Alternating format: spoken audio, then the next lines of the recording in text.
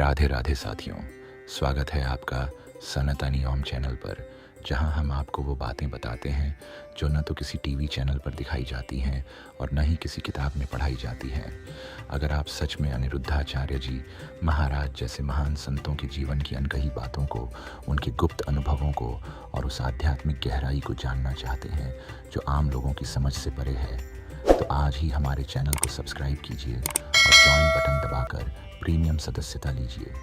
इस सदस्यता से न सिर्फ आपको वो दुर्लभ ज्ञान मिलेगा जो आम भक्तों को नहीं मिलता, बल्कि आपके द्वारा दिए गए पैसों का 30% भाग सीधे गौ माता की सेवा में समर्पित किया जाएगा। आपका एक छोटा सा योगदान भी सनातन की इस अखंड ज्योति को प्रज्वलित रखेगा। और अब आइए जानते हैं उस खबर के बारे में जिसने हाल ही में पूरे सोशल मीडिया पर खलबली मचा दी है। कहा जा रहा है कि उर्फी जावेद, जी हाँ, वही उर्फी जो अपने बोल्ड फैशन स्टेटमेंट और सोशल मीडिया पर अपनी बेबाकी के लिए जानी जाती है, वो अचानक वृंदावन पहुंच गई, और वो भी सीधी गौरी गोपाल आश्रम, जहां इन दिनों अनिरुद्धाचार्य जी महाराज की कथा चल रही थी। लेकिन इस बार की उर्फी कुछ अलग ही थी। न कोई चटकीले कपड़े, न कोई कैमरा के लिए पोज, बल्कि एक सुंदर पारंपरिक साड़ी, सिर पर पल्लू, माथे पर बिंदी और हाथों में पूजा की थाली। इस रूप में जब उन्होंने आश्रम में प्रवेश किया तो हर कोई दंग रह गया। कहा जा रहा है कि उन्होंने कथा में चुपचाप बैठकर ध्यानपूर्वक महाराज जी के प्रवचन सुने। पूरे समय वो शांत थीं, किसी से कोई बातचीत नहीं, कोई दिखावा नहीं। उनके इस रूप ने वहाँ मौजूद हर भक्त को चौंका दिया। लोग हैरान थे, ये वही उर्फी है।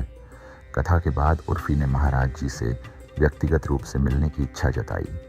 कुछ देर बाद उन्हें भीतर बुलाया गया। बातचीत की शुरुआत शांतिपूर्ण हुई।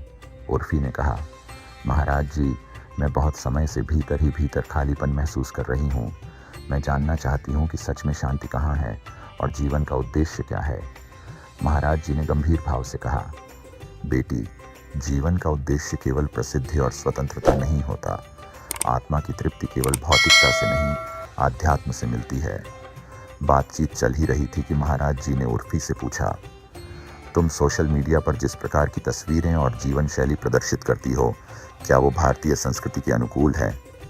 उर्फी थोड़ी असहज हो गई, लेकिन बोली, महाराज जी, मैं किसी का अपमान नहीं करती, बस खुद के तरीके से जीती हूँ।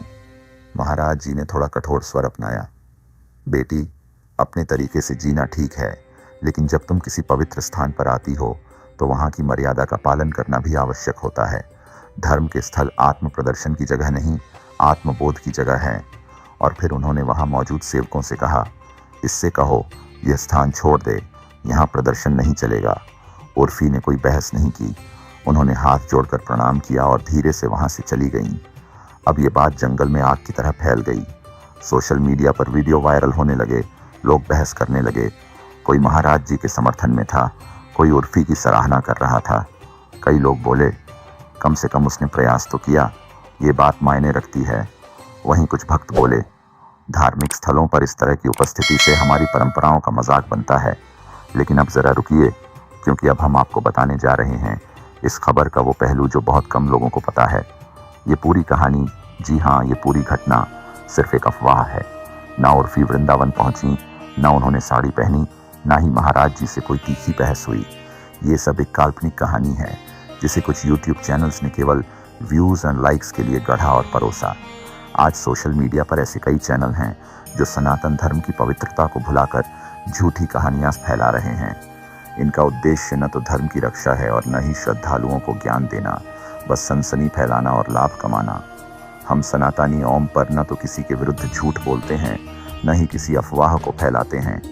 हमारा उद्देश्य केवल सत्य, सनातन और साधना से जुड़ी शुद्ध जानकारी देना है।